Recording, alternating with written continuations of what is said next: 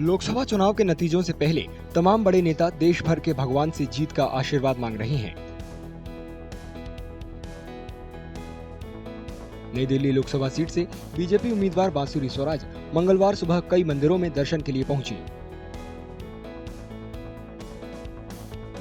बांसुरी स्वराज ने दिल्ली के लक्ष्मी नारायण मंदिर में पूजा अर्चना की।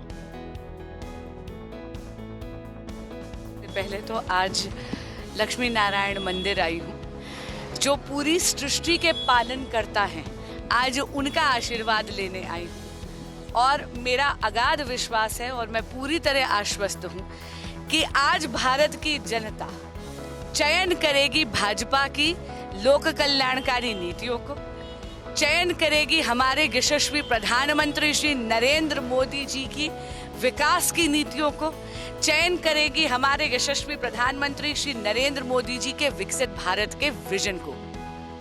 तिरुवनंतपुरम सीट से बीजेपी उम्मीदवार और केंद्रीय मंत्री राजीव चंद्रशेखर ने कहा कि बीजेपी और एनडीए के लिए अहम बात यह है कि पीएम नरेंद्र मोदी तीसरी बार प्रधानमंत्री के तौर पर सत्ता में वापस लौटें।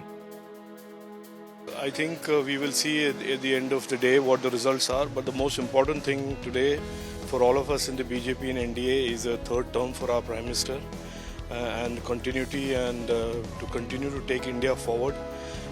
I am of course happy about the fact that the exit polls have shown a resounding mandate for our Prime Minister, and of course given that I spent a lot of time here and I want to work for the future of Tirunelveli. I am also hopeful about the results pertaining to my seat in Tirunelveli, and I look forward to people's blessings.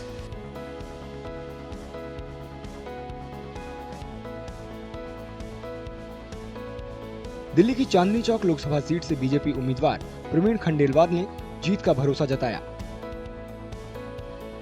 100% Chandni Chowk की seat मैंने बार बार कहा हम record वोटों से जीत रहे हैं। वहीं दिल्ली की 7 सीट भी भारतीय जनता पार्टी बड़े बहुमत से जीतेगी। मुझे लगता है कि एग्जिट पोल से भी हम आगे जाने वाले हैं।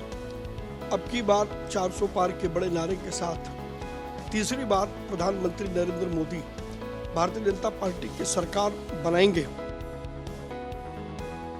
हैदराबाद सीट से बीजेपी उम्मीदवार माधवी लता ने लोकसभा चुनाव में जीत का आशीर्वाद लेने के लिए सिंह वाहिनी श्री महाकाली मंदिर में पूजा अर्चना की।